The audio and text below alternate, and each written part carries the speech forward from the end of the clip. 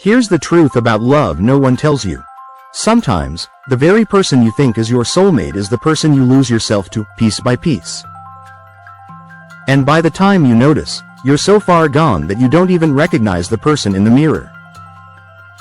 If that just hit you in the gut, keep watching, because I'm about to show you 5 signs that you're disappearing inside your relationship, and how to find yourself again before it's too late.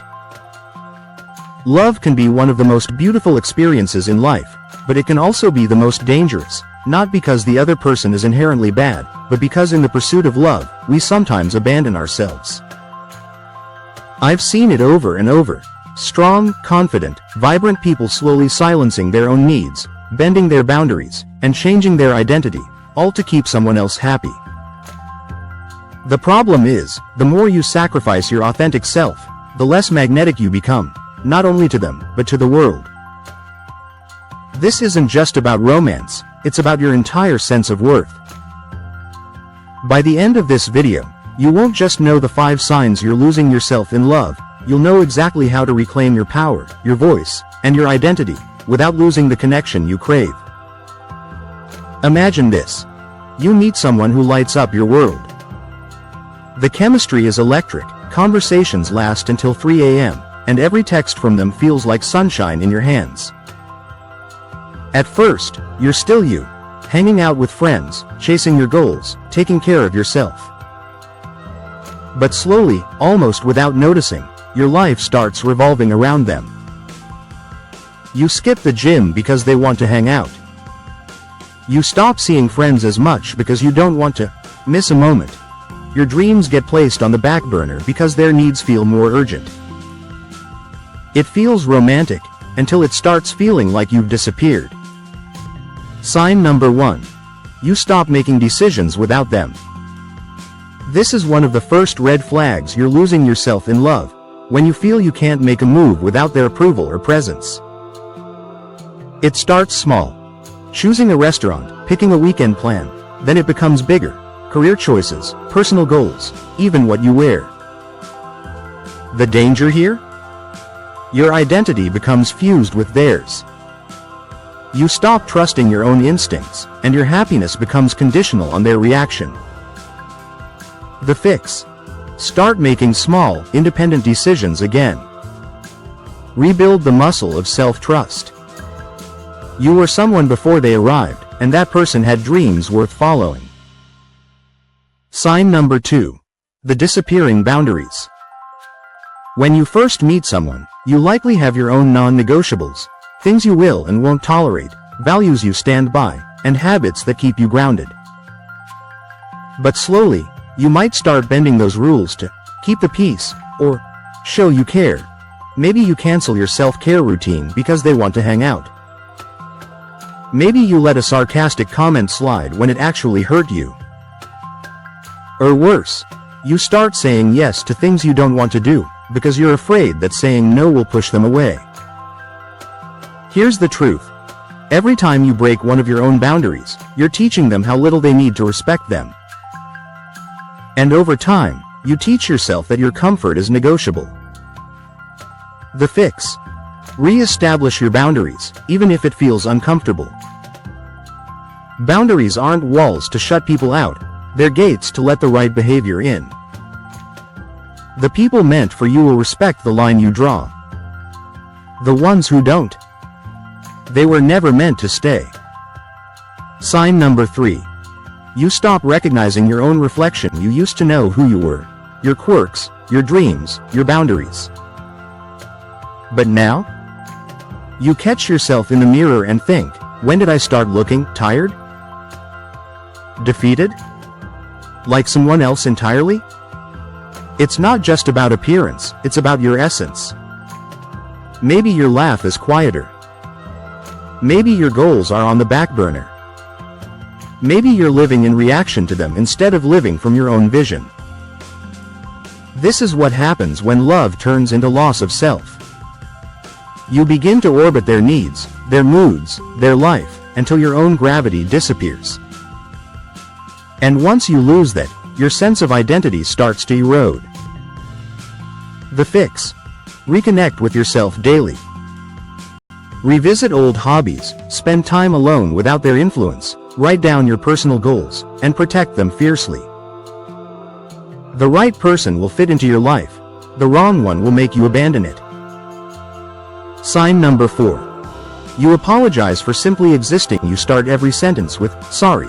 Sorry for needing reassurance. Sorry for expressing how you feel.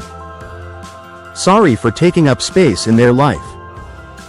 You may not even realize it, but you've started walking on eggshells, pre-editing yourself, diluting your emotions, trying to make yourself smaller so they won't leave. This is not love. This is survival mode. And here's the hard truth. When you constantly apologize for being you, you're teaching them that you are the problem, and you're teaching yourself to believe it. The fix: pause before you apologize. Ask yourself, am I actually wrong, or am I just afraid of their reaction? Learn to replace, I'm sorry, with, thank you, or, I appreciate it. Your needs are not a burden. They are part of what makes you human. The right person will not punish you for existing. The wrong one will. Sign number 5. Your happiness depends entirely on them. If their mood is bright, you're floating. If they're distant, your entire world feels dark. It's as if your emotional thermostat is wired directly to their approval. This is dangerous, because it means your peace can be stolen at any time, for any reason, and often for no reason at all. When you let someone else hold the keys to your happiness, you've already lost control of your life. And here's the truth no one wants to admit: this isn't love. This is dependency. And dependency is the slow erosion of self. The fix: start rebuilding joy that doesn't depend on their presence. Reconnect with hobbies, friends, routines, and passions that are entirely yours. The more you anchor your identity in things you control, the less you'll feel like you're drowning every time they pull away. Because the healthiest relationships aren't two halves clinging to each other for air. They're two whole people choosing to walk side by side. Myth number 1. If I love them enough, they'll change. This belief keeps you in a cycle of overgiving. People don't change because you love them harder, they change because they decide to. Your love can inspire, but it cannot rewire someone who doesn't want to evolve. Myth number 2. Sacrificing myself is what good partners do. Healthy relationships require compromise, not self-erasure. If you're constantly abandoning your own needs for the sake of peace, you're not being loving, you're being invisible. Myth number 3. Needing them to be happy means I'm deeply in love. That's not love. That's dependency disguised as devotion. Love is a choice made from strength, not a need born from emptiness. Myth number 4. If they leave, it means I wasn't enough. People leave for their own reasons, often unrelated to your worth.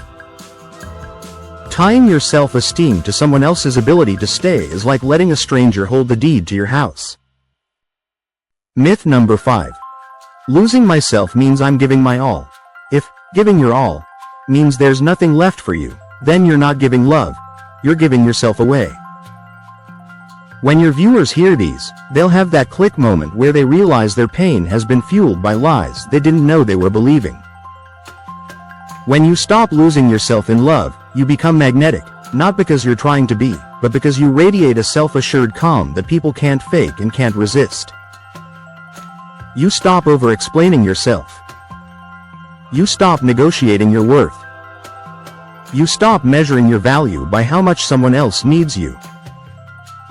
Instead, you build a life so rich, so deeply fulfilling, that love becomes a choice, not a lifeline. Your boundaries are no longer walls to keep people out, they're filters that allow only the right ones in. You discover that the love you were trying to force from others feels small compared to the love you've built within yourself. And here's the beautiful twist. The moment you truly no longer need them, the right people are drawn to you like gravity, not because you're chasing, but because you're standing tall in your own orbit. If you're watching this and you've felt even one of these signs in your own life, I want you to pause and ask yourself, When was the last time I felt truly like me in this relationship? Because here's the truth. You don't have to keep giving pieces of yourself away just to keep someone else comfortable. You don't have to disappear so someone else can shine. If this video hit you hard, it's because deep down, you already know it's time to come back home to yourself. So here's your next step. Hit subscribe because I'm going to walk with you through the unlearning, the healing, and the rebuilding. Drop a comment telling me which sign resonated with you the most, not just for me, but because your story might be the lifeline someone else needs to hear today. Remember, the love you give yourself sets the standard for the love you allow from others. Choose you.